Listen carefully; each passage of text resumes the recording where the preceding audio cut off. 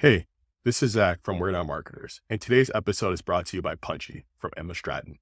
Your market is noisy with technical jargon and buzzwords. When everyone's using the same tired lingo, how do you cut through the noise?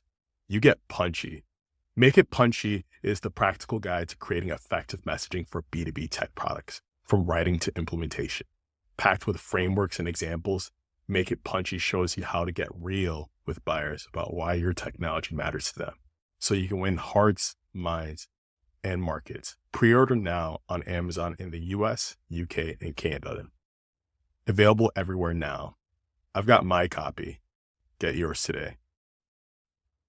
We are a podcast for product marketers and B2B SaaS who feel misunderstood of what they do. From someone who truly gets what you do and basically help you feel less like a misfit, being unignorable in your role.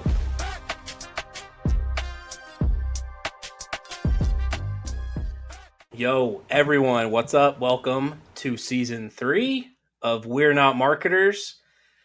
We always got to come with a fire guest, but we've got some extra heat for you today. And as always, before we jump into the big guest, we're going to do a little introduction of the 3 misfits. So kicking it off, it's Eric Holland, still the Franken marketer of the group. From a camera angle, I'm going to slide it over to you, Zach. Hey, this is Zach Roberts here, Sales Squad Board. I'm going to pass it over to Gab. Gab Bugeaud, I feel like, did we get a promotion or something? I feel like it's not Sales Deck Intern, it's Sales Deck Associate. Yeah, you're right. Sales Deck Associate. We've all been promoted. Yeah. I think I'm the Franken manager. Yeah, we self-promoted ourselves. Yeah. Congratulations. We're on a 2-season cycle. Yeah. Well, we're going to have to get the name badges changed so we don't forget this. But yeah, like I said, we got a fire guest. I don't think we need a huge intro, but if you don't know Jarod Greene, we've got him in the house today. All right, I'll do my best. Well, thanks for having me, guys. I've been excited. I'm happy to be here, excited to be here. CMO of Vivint. And Vivint's a platform for sales engineers. That's not important, but it is a role that I've pursued for quite a while. Came up through the PMM ranks from a very unconventional path. I was a research analyst and director at Gartner for a long period of time. Had no idea what product marketing was 10 years ago. Had no idea what it was, didn't know it existed, didn't know what the function was, just wanted to be in marketing. And someone said, you should be a product marketer. And I said, I don't know what that is, but all right, cool, let's cook. And then it's been B2B SaaS ever since. It's been Sharewell Software, it's been Aptio, it's been HighSpot, work with RevRoom, and now CMO of Vivint. So from 10 years not knowing what the function was to a CMO, not too shabby, but love, appreciate, and have so much respect for the PMM discipline, which makes me excited to be with y'all today. And a quick clarifying question here, Gerard. You were a school teacher back in the day too, right? Yeah, I was a substitute math teacher for about 2 years. I thought I wanted to be a teacher coming out of school, coming out of college. I was a liberal arts major right after the 9/11 attacks. It was like the economy wasn't great and getting a job was tough, but you'd be a substitute teacher and make $50 a day and work 8 to 2, like, all right, cool. I had the rest of the day. So I went to a public school, said, I'll be a sub, call me when you need me. I went in one day and they said, hey, don't leave. Just stick around, just hang out. And I never left. I never had to wait by the phone to see what teacher was sick. I was a permanent sub at one school for 2 years. I taught 7th grade math, thought that was what I was going to go do. I made a bet with my wife, won the bet, and I moved on. But yeah, that was the path, man. I taught 7th grade, 12, 13-year-olds for about 2 years, which gave me a lot of patience, taught me a lot of patience. What's easier, teaching 7th grade math to preteens or leading a marketing strategy at a B2B organization? Oh God, the former. Yeah, it is. It is. You got a lot more control over 12, 13-year-olds. You do what I say, or I give you a bad grade and mess up your life to an extent. Adults, a little tricky, but yeah, it's fun to mold and shape young minds though, at the same time. Like you look at the next generation, it's incredible to see what they've done. And now I'm old enough to see like these kids have grown up. They still remember. It's super weird, but I would take the 12, 13-year-old teaching element all day and night. And if I ever hit big in SaaS, I'm going back to teaching in a heartbeat. I'm teaching high school history somewhere. High school history? Oh, yeah. That's nice. awesome. Yeah, for sure. Nice. Super cool goal. Absolutely.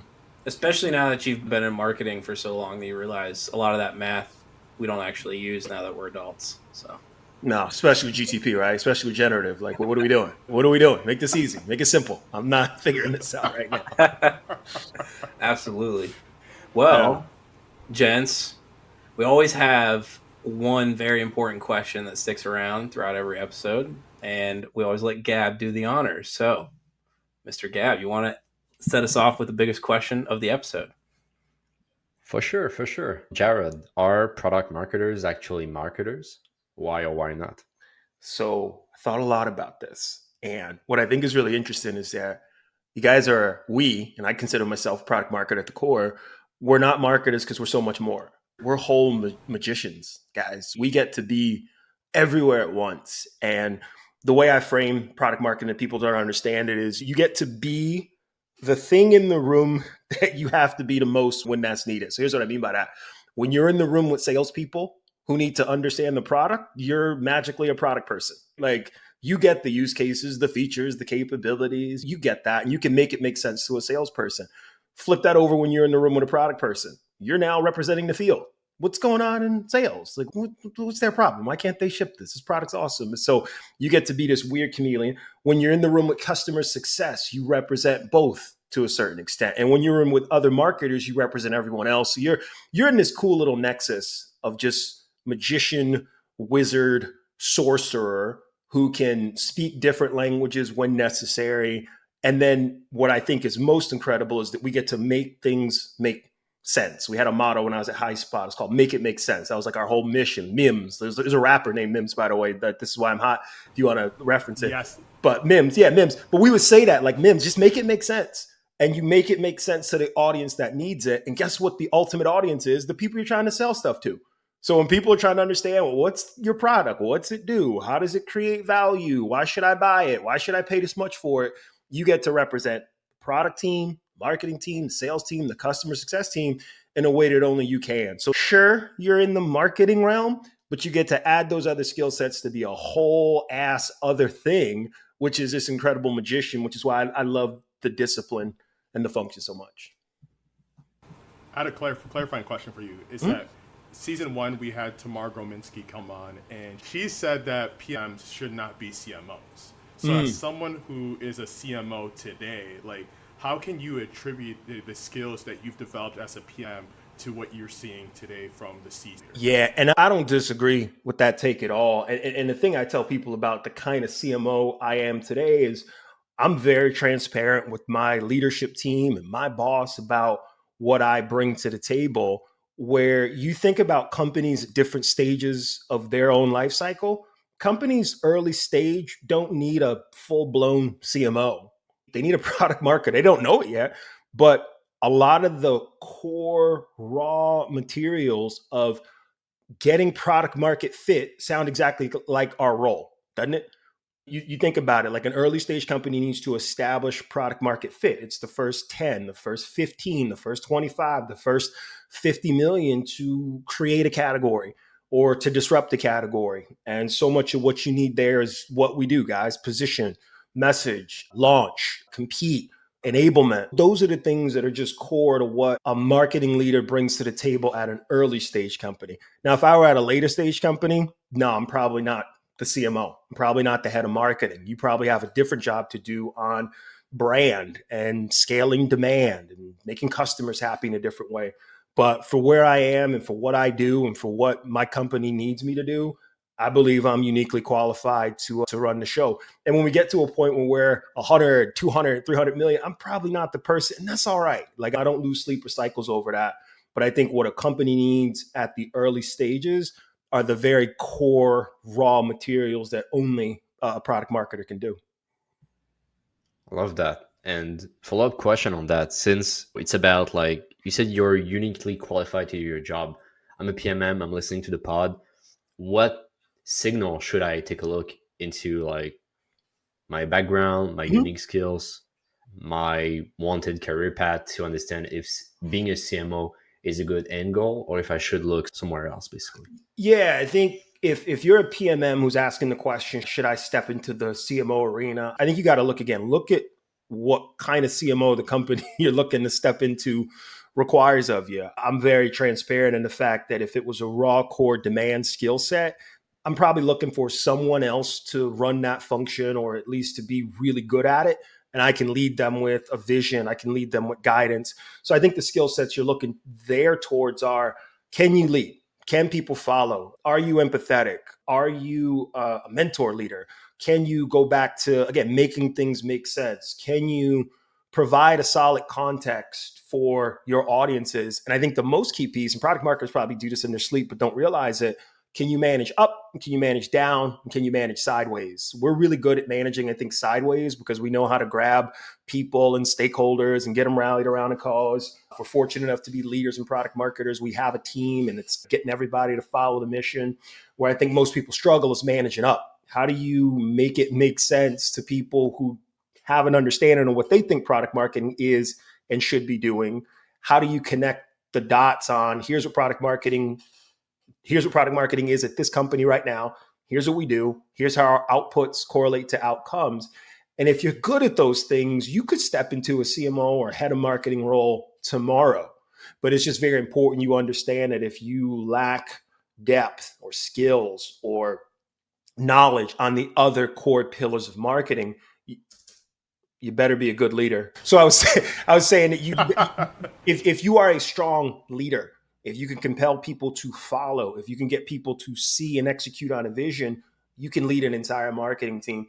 But you need to supplement it with the things you aren't great at quickly, because ultimately your standards of measurement are going to revolve around things that you might not be keen on delivering. This is like scalable pipeline. This is a repeatable effort to bring people in an tent. So if you're thinking about it, just know that you are more capable than you may think you are, particularly if you have those soft skills I mentioned earlier. Was there any point in time or like event that was like, yeah, I want to be a CMO for you personally that made you want to make that jump? Or was it just another title change for you? I think I've had a few. I sat in the chair for a little bit. So I was at a different company, and there was a C-level change. The CMO was no longer with the business. They asked me to take the reins while they looked for a new CMO, which is always fun because it's like, well, do the job, but if you do it really well, go back. And if you don't do it well at all, it's fine because we're bringing someone else in. I sat in that chair for about 6 months. Teaching days. No, I said substitute CMO. They brought you in and said don't leave. Yeah, I was a permanent substitute CMO. I never thought about that, but that's what it was, man. They gave me the remit. They gave me some of the control and said, hey, man, go after it, hold the fort down, deliver, but we're probably going to bring someone else in who knows a little bit more about demand than you. And I think that was the moment. I'm super competitive. I know you guys know me, but I'm super competitive. You want to get me to do something, tell me I can't do it, and then I'm just fired up. So that's what it came. That was the moment I said, you know what? I think there's more to being a CMO than just command of demand gen.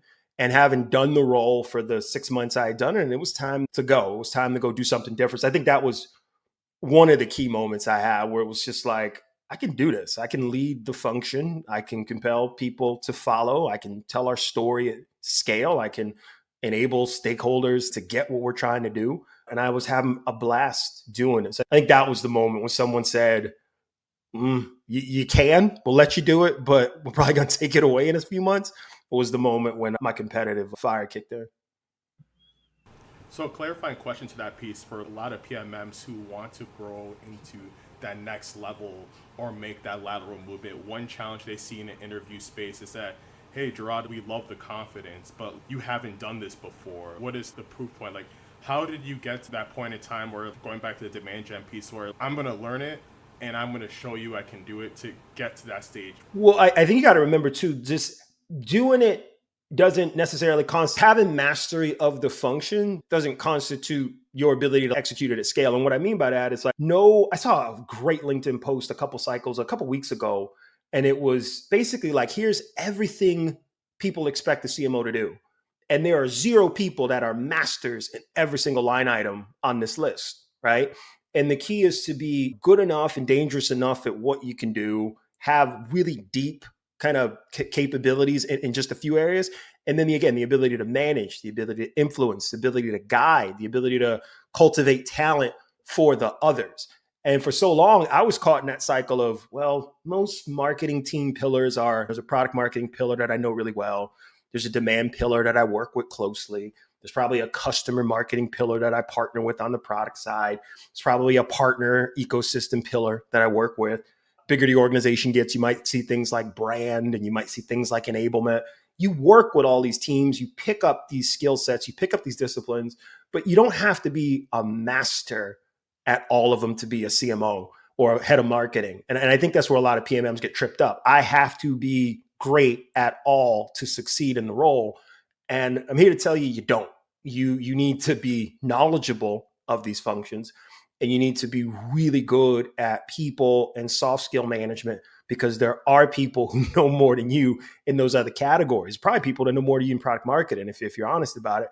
And it's your ability to lead, to guide, to shape, to get everyone aligned around a vision and a mission to go be executed, than it is about subject matter expertise of all of the pillars. I vibe with that Do you feel hard. that I was just gonna say, keep letting him cook, man. That I'm vibing with that. And actually, you definitely don't know this, and our listeners probably don't know this, but when I was probably like 7 months into a sales enablement role in B2B, I was able to watch you and a bunch of other great speakers at the PMA Summit in Boston. In that time period where I was like, how do I get into a product marketing role? Because at the time they're like, you haven't been in B2B SaaS for 5 years, so we won't let you take on the other product marketing responsibilities. But you can do sales enablement. You can do competitive intelligence, right? Yeah.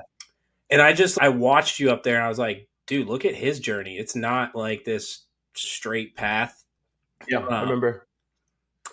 I was just like, yeah, dude, that guy, that's the confidence. Like, he's exuding confidence. He didn't get here because he thought he couldn't do this. He identified where he's really strong, and also identified what he's passionate about, and that's projected him this way. So I just want to commend you on that. It's definitely helped me, I think, get to the point where we can have you on a podcast conversation. And I think for any of the listeners, like, that's just have that confidence in yourself. And I appreciate that. And I think finally about that PMA, because I don't know if I ever told people this story. My AV, I shipped the wrong presentation for that event. The irony was, like, I was at HighSpot at the time, so I didn't manage my own content, but I had 2 versions of the same PowerPoint. One was like my draft version, and it was local, it's a local file, and that's why I put in all my notes in my scratch pad. And then there was like you guys have all done it, final V30 final. Well, I shipped PMA the wrong copy, and so when I got on stage and I'm going on my notes, I'm like, this is the draft. This is bad. Ooh. But I had just stopped presenting and just started talking and filling space and going over my content as if there were no slides at all. And I talked to my field marketer after. She's like, I couldn't tell once she got going. So that was one of my more embarrassing moments of, I didn't do the full check prep work to make sure it was the right presentation, but still made an impact just the same. So thanks for sharing that. But that was a scary little moment right there. Yeah, man, it was behind the scenes, one of the most impactful presentations. And I'm not just going to dig into a random presentation without getting some context. So speaking of context, no, that was no pun intended. I walked right into that one, everybody. The presentation was called Content with Context. And so I think, because it's one of my favorite presentations, can you give our audience a little bit what that meant and what it means for them, particularly around as they build content for their audiences? Totally. Yeah. So this is where the math teacher and the nerd and the storytelling all come together. A couple cycles way before HighSpot. And it's probably like my HighSpot interview. I really started to explore the relationship between content and context. And what I learned and saw and delivered over and over again was, we could sit down, guys, and create 100 pieces of content, right? And we could feel good about it. It could be perfectly worded, elegant, beautiful. We will be so proud of ourselves. And what happens in the enablement side of it is we take that content and we put all these like tags on it, and we make it easy to find, and we make it easy to read. And it's all beautiful. We are so proud that we put the content there. What happens when you give it to a salesperson, inevitably, is they go, when am I supposed to use this? How am I supposed to use this? Who am I supposed to use this with? Do I use this in competitive motions? Do I use it in greenfield? Like, what? How do I use it? It's great. I love it. But I have meetings with people. Do I send it before the meeting? Do I send it after the meeting? So there's all these like contextual kind of things that come up when they're absent. That's why your salespeople don't use your content, because they don't know when, they don't know how. It's not that they don't know how to find it. It's not that it's not good. It's not that it's not relevant. They just don't have the context on when and how to share it. And so the equation was, if you have content without context, you end up with chaos. There's also an alliteration play here. But content without context equals chaos. And everyone's frustrated. You're frustrated because you spent time on this content. You're frustrated that they're not using it. They're frustrated because they can't find this golden nugget of a snippet that's in asset number 81. And it's so easy to find for you, but impossible for them. So we spent $3 billion on sales enablement tools to help people find the right piece of content at the right time. And they still can't freaking do it. Different soapbox, different day. But that was the equation. And what we want to flip it to is content with context equals confidence. So if I know exactly when and how and with whom to use this content with, I'm confident. And what I found is that confidence is the single most important indicator of whether or not a sales rep's going to be successful. Don't we buy things from confident people? Would you walk into any situation and someone's, maybe you should buy this. I think it would help you if you bought. You're not doing it. I want a salesperson that's going to say, this thing is going to help you solve this problem, this challenge, this opportunity. It's going to help you do this and this and this. And here's the proof. And here's the validation. And here's the resource. Here's the demo. Here's what you send to your CFO who's going to ask you for a business case. Here's what you need to send to your peer who's going to ask you how it integrates. Here's what you send to your team that asks you how to use it. I need those sellers. And I promise you, like, the sellers that can connect the dots, empower buying committees, get people to see that vision through that amazing content product marketers create, like, those are the ones that win. And so we just wanted to have fun with that equation. Content without context equals chaos. Everyone's frustrated and upset. But content plus context equals confidence, where your sellers are happy, you're happy, customers happy, and everybody wins. So that was just a breakdown of the equation. I've been using that for a long time now, and it always makes sense to the audience that's identifying with the challenges at hand.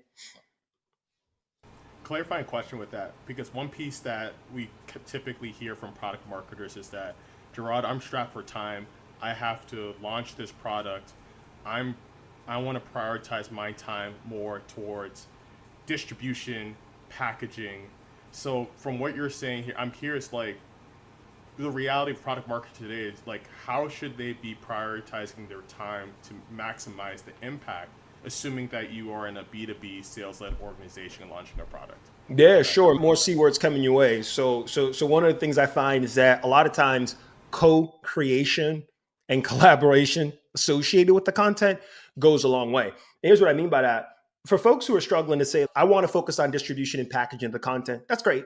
Have you sat down with the best seller or the best sales people in your organization to think about how they think about this thing? Because what you find a lot of times is they can be they can be a conduit to helping you get that content out to the world.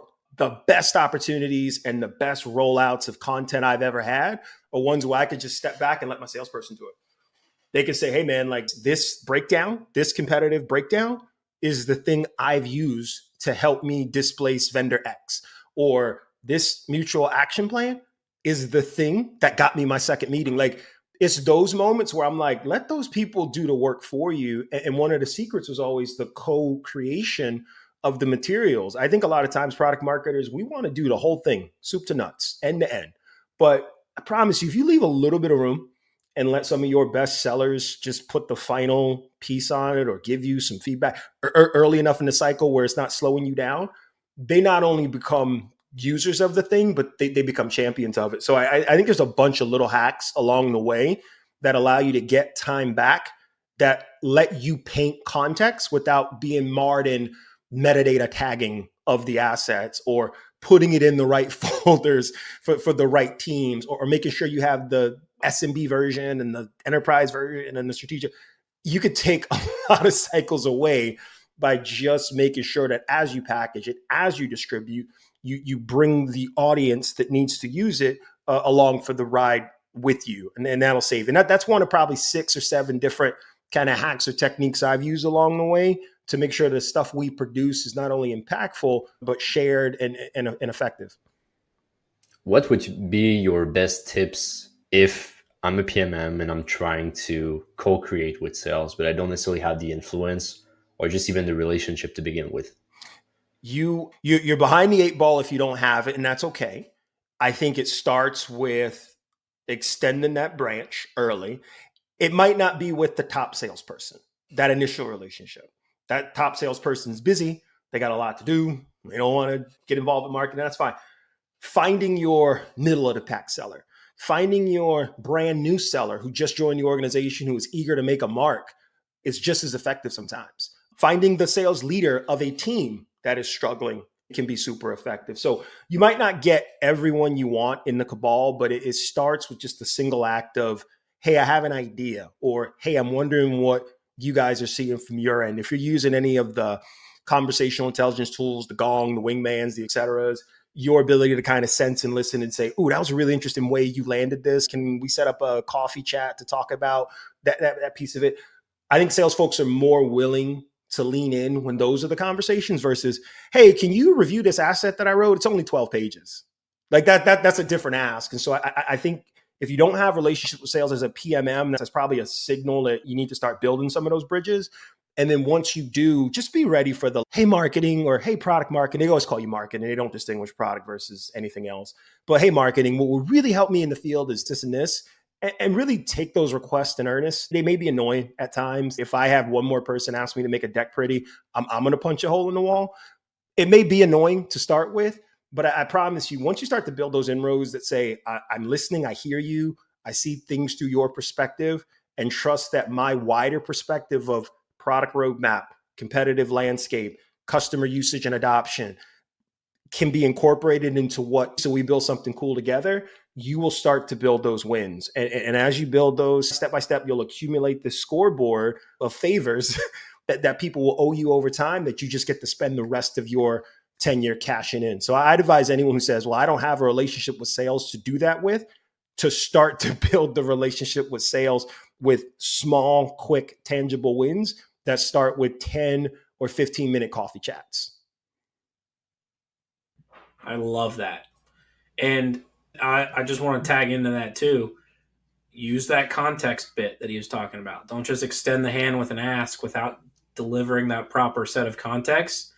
That'll make that bridge a lot easier. I won't give this specific example, but I just had this over the last 2 months in building out a pretty big project. If you saw the demo arena, so doing that exact playbook is why I avoided a lot of bumps and bruises that I know would have been just an absolute bloodbath if I didn't bring everyone along with that journey and make sure I had the right people giving the right input. For sure. You want them to be co-sponsors, co-champions of the stuff. At the end of the day, like I had to swallow a lot of pride. Like I stick my chest out. Like I'm pretty confident. And I had to learn to just say, hey, it ain't about you, dog. It's really not. If you want to get this thing across the line, pull back. Look what we created. Look what we did. Look what she did. Look what he did. It doesn't matter whose name's on it. At the end of the day, what do we want? We want our stuff used. We want our stuff to drive impact.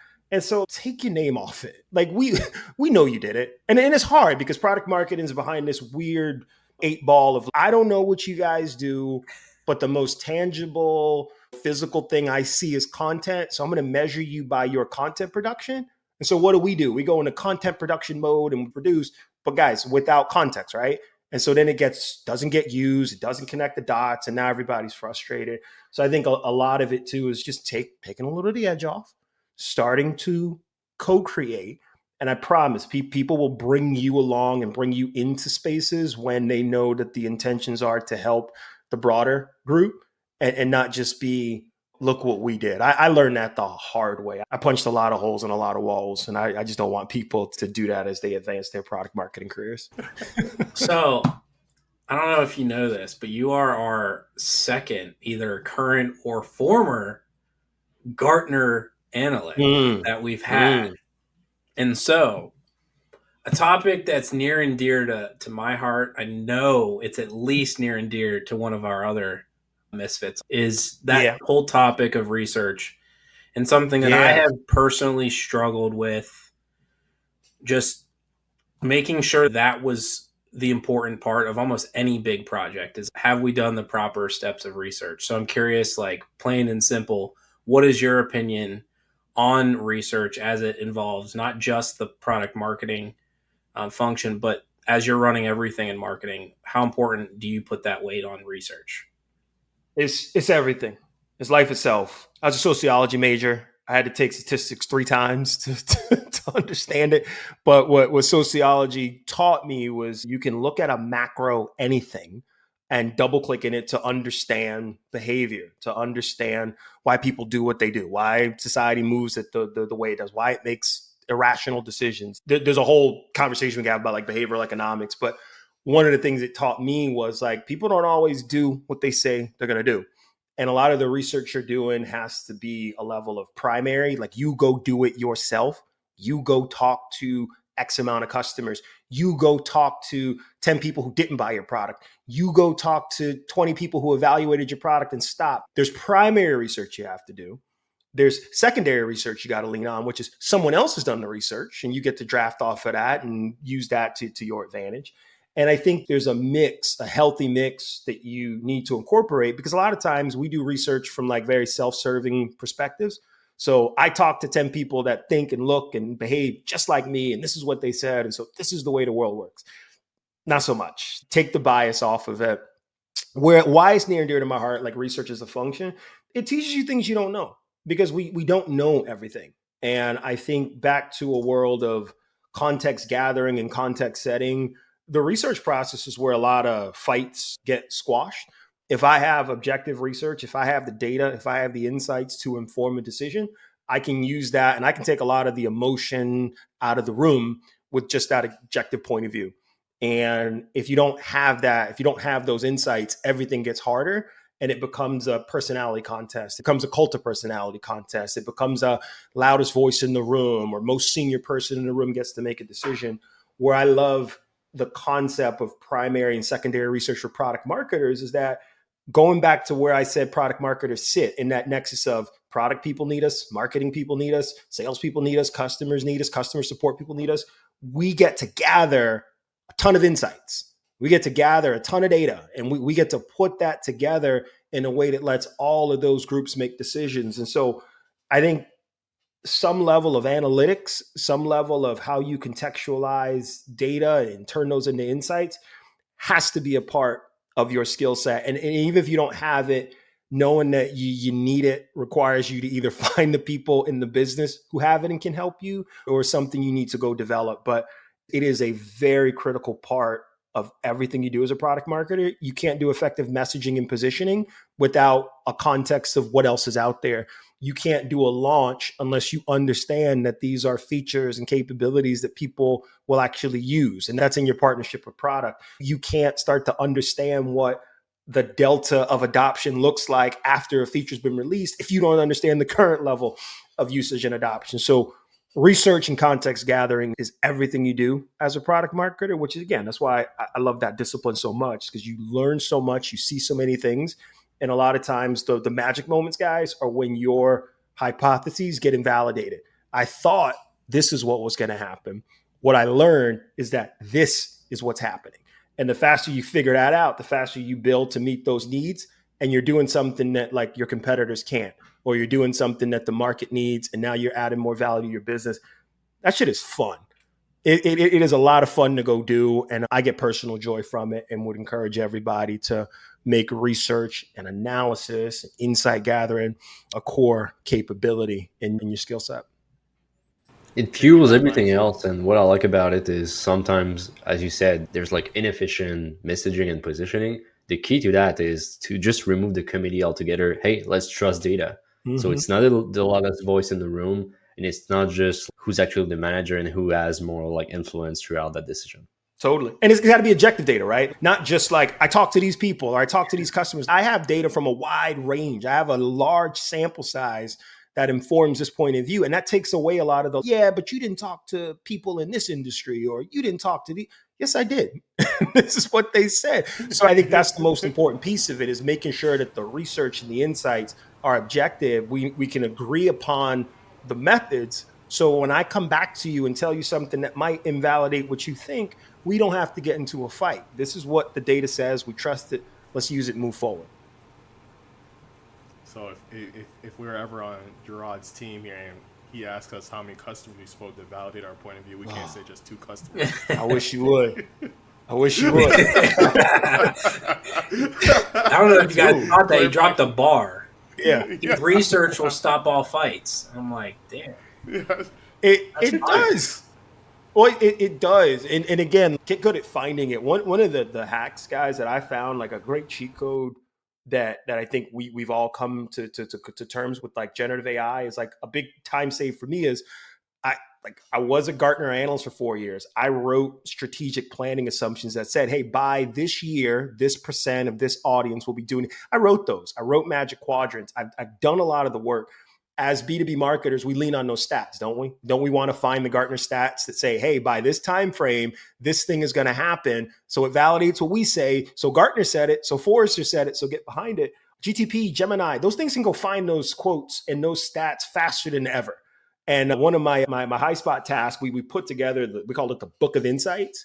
And we wanted to gather 80, 90 statistics that validated our point of view in enablement. And when we wrote those down, it took a while. We really had to go find and hunt. And now you can turn Gen AI on and say, go find statistics, give me the source, give me the year, give me the day, who said it, give me the context, and you get those things in seconds. And so I just think that we need to do ourselves that service of leveraging what's out there on the secondary side so that we have more time to go do the primary stuff, go get it ourselves. I very much feel like you do. But at the end of the day, a lot of people look at us at the output, right? What are they churning out? And a lot of times research just isn't viewed as an output in a lot of ways. So especially now that you're leading a big team, but how can you give us some tips on how to create that space, create that time to push back and say, hey, I know you need this XYZ deliverable. How do we blend that in and prioritize with this amount of research that we need to do? I bake it into the calendar as a core competency so that it's never ad hoc.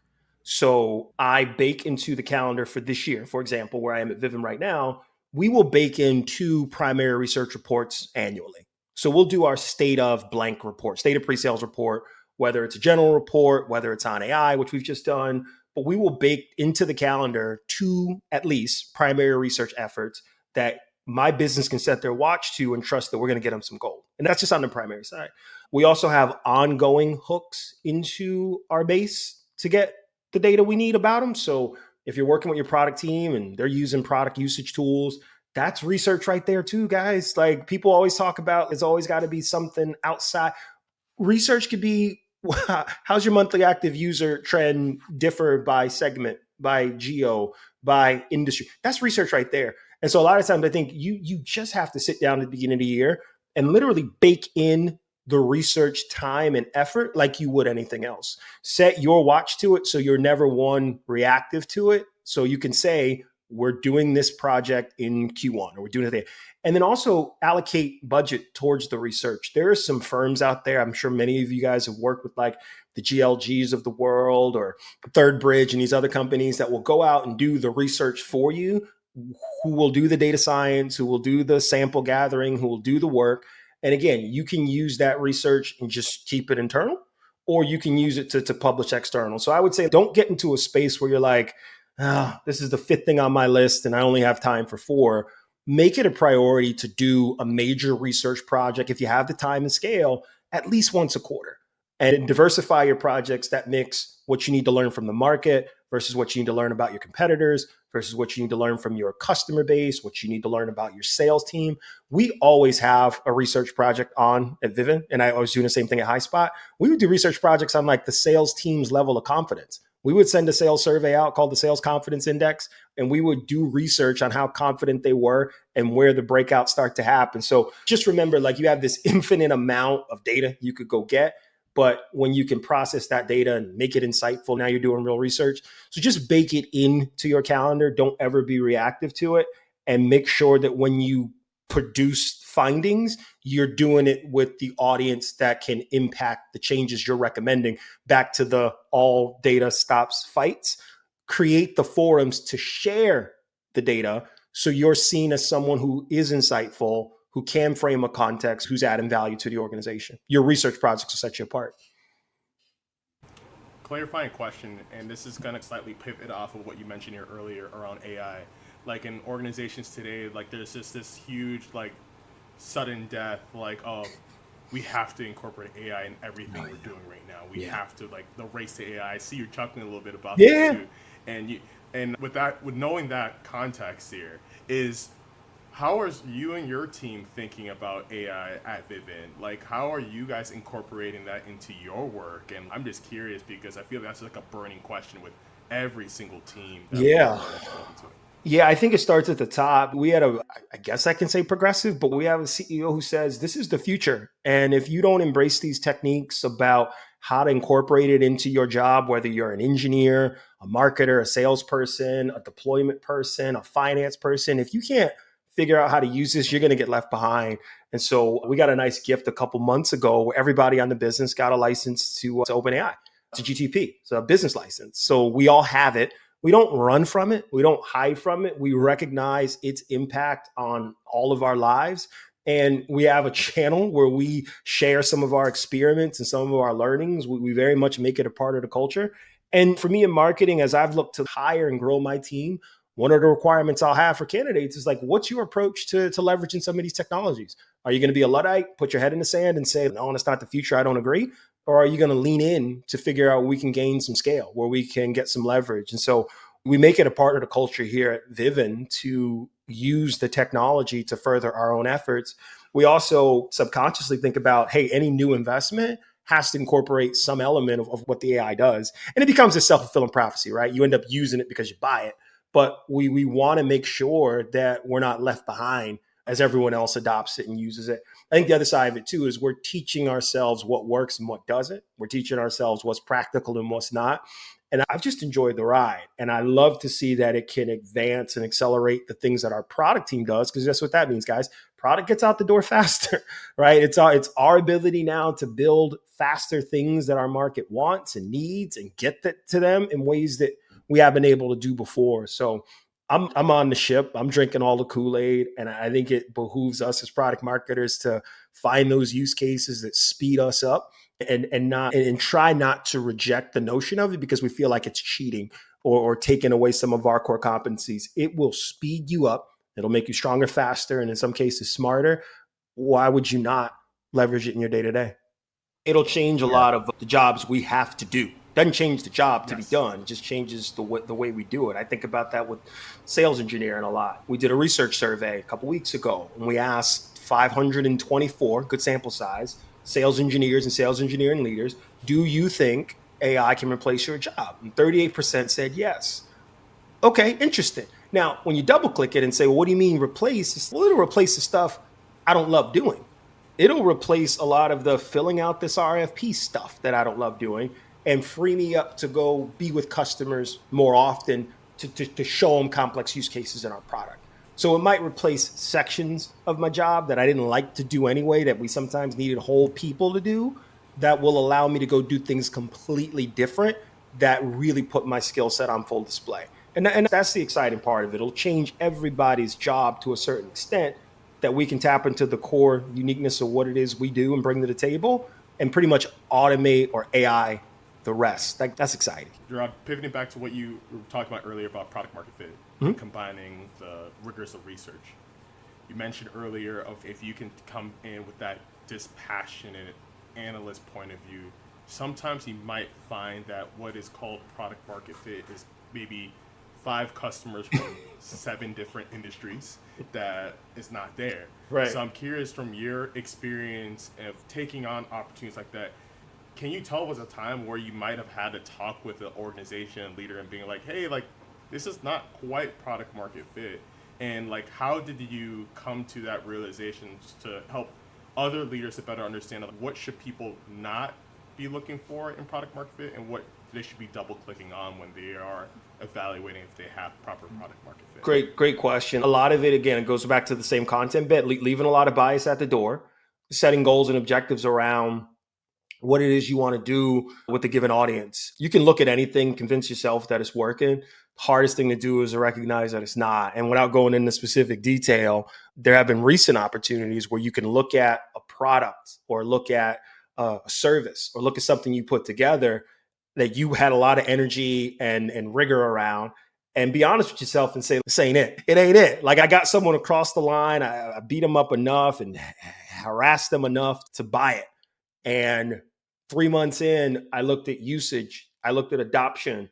I looked at leverage of the features that we sold. I looked at integrations we promised that we didn't deliver. I looked at the quality, and it wasn't it. And you got to be honest with yourself in those moments and say, okay, like, what actually won this deal was the cult of personality. What actually won this deal was relationship. What actually won this deal was the salesmanship. You should be gangbusters on the things that have product market fit. It should feel viral. It should feel like wildfire. And if it feels like you're pulling people over and you're working overly hard to convince them, it's probably not it. It's probably not it. And so without having a hard and fast signal, I think it ain't it. And I think you just got to be honest with yourself to start to fail fast and not put yourself in a position to continue putting resources and time into the wrong things. And back to our signals and insights and research, your research and insights will tell you, right? It'll tell you whether or not you're doing the right things. If you ask the right questions through the right lens, you'll be told the answer. You might not like it, but sometimes that's why product marketing, as an unbiased actor, not sales, not marketing, not success, not product, is in the best position to seek those answers. And that's what puts us in such a weird spot, guys, because we sometimes have to be the arbiter of bad news. Guys, we talk to 100 customers. This product ain't it. Sorry. Like, 100 of 100 said it ain't it. And so we might have to pivot and do something different. Those are tough, awkward conversations. You got to have them just the same.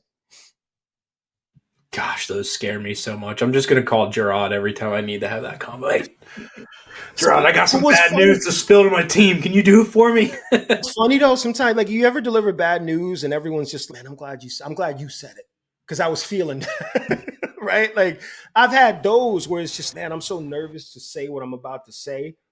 And then someone will slack you and just hit you with the like fist up emoji or the like, yup, glad you did. So I think people know, and sometimes the fear of like retribution, and when you have the data to back it up, what they gonna say now?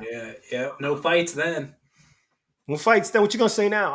I'm telling you, nobody used this thing in 3 weeks. Nobody's logged into this thing. And I've been in those situations. Like, you think about products we produce as product marketers internally. It's our content. When you ship a dud, when you put your heart and soul into that ROI calculator or that battle card or that thing, and nobody touches it, ain't it? So you might have to do something different. The insights will tell you, so don't be afraid to fail fast and make a decision different. I'm in that boat right now. And so, yeah, it's a journey. We got to evolve and adapt.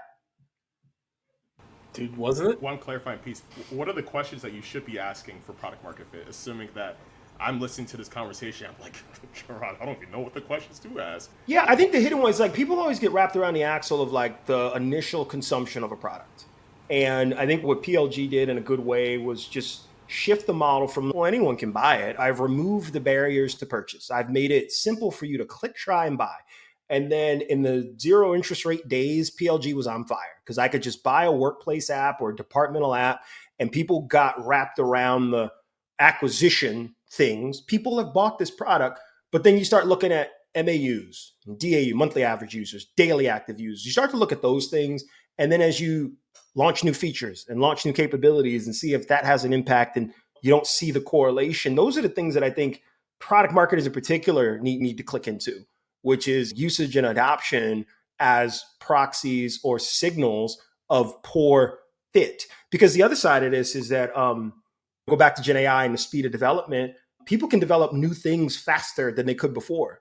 And a lot of times what you might have shipped as a departmental app, I'm going meta on this analogy, but a lot of times, say we built a product that's a departmental app, we love it. People have downloaded it. People are paying for it month over month and love it, but they're not using it.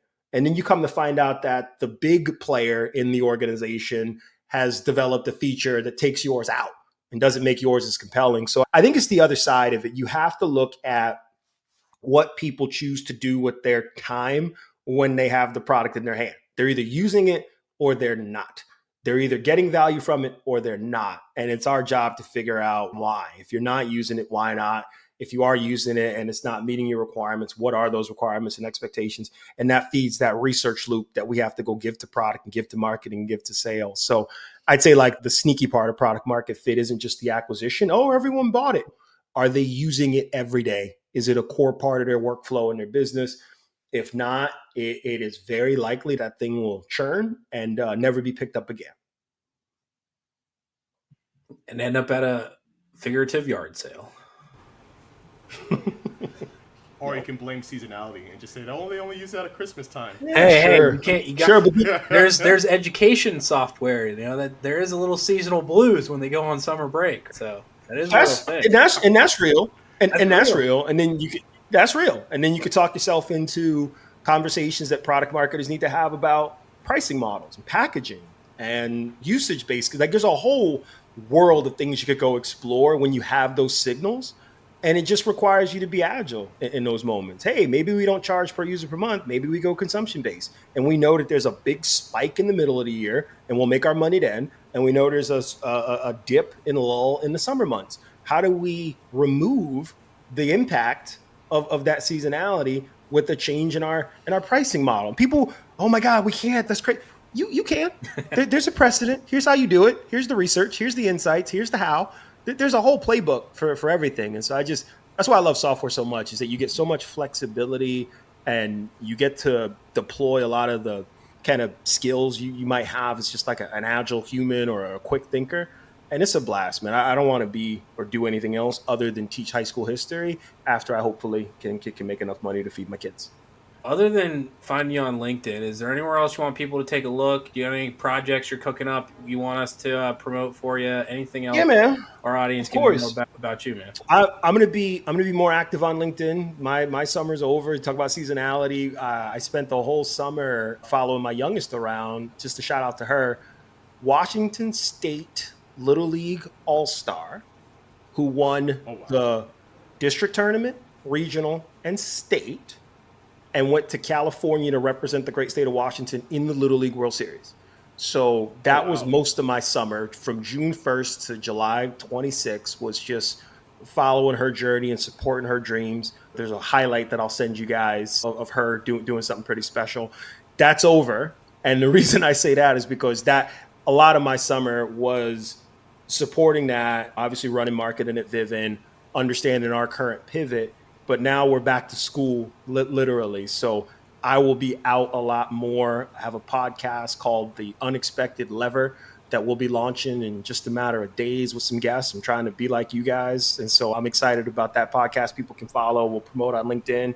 We have a event on October 2nd called Unexpected. It is our conference. We're doing virtual this year. We expect an upwards of 1,000 pre-sales, sales engineers, solution architect type roles to see not only what we've been up to, but see what their peers and community has been up to. We got some exciting product announcements that we'll be sharing. So that's October 2nd, virtual, free of charge for anybody listening. You can register. I find that on vivint.com or find that through me on LinkedIn.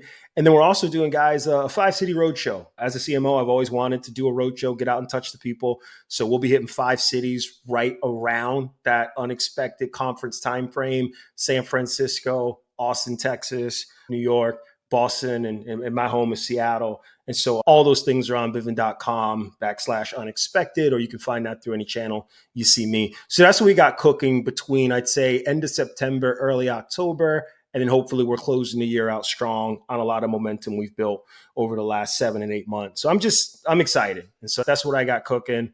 Happy to talk about that more if anyone wants to reach out to me directly. And more importantly, if anybody ever just wants to chop it up on product marketing best practices, product marketing disciplines, how to do things, how to get things done, I'm always a support resource to help provide a little bit of game of what I got. And so feel free to connect on LinkedIn if you haven't already. And I will always grab a cup of coffee with anyone who's trying to understand a discipline a little more. Amazing. That's incredible. But the last thing I was going to say, when you said the unexpected 5-city tour, I thought you were just going to leave it at there and just going to be a surprise, just sticking with the brand. Nah. Oh, unexpected. Just pop-up shows. Oh, Gerard unexpectedly he's in Minneapolis. Just pop-up shows. That's a flex. That's a flex that, going back to how we would do it, yeah, do some research, figure out where people will show up. But if we just did pop-up shows across the country, maybe even the world, let me know what cities we should do. Drop that in a chat somewhere. Let me know where we need to come. And who knows, we might show up. All right, cool. Then that wraps it up for another episode of We're Not Marketers. Take care, everybody. See you guys. Thank you.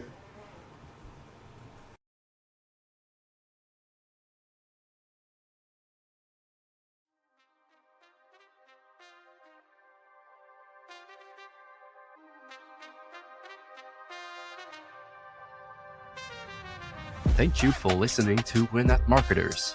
If you liked what you heard, please subscribe, review our podcast, and share this episode with other PMMs. Thanks again, and see you soon.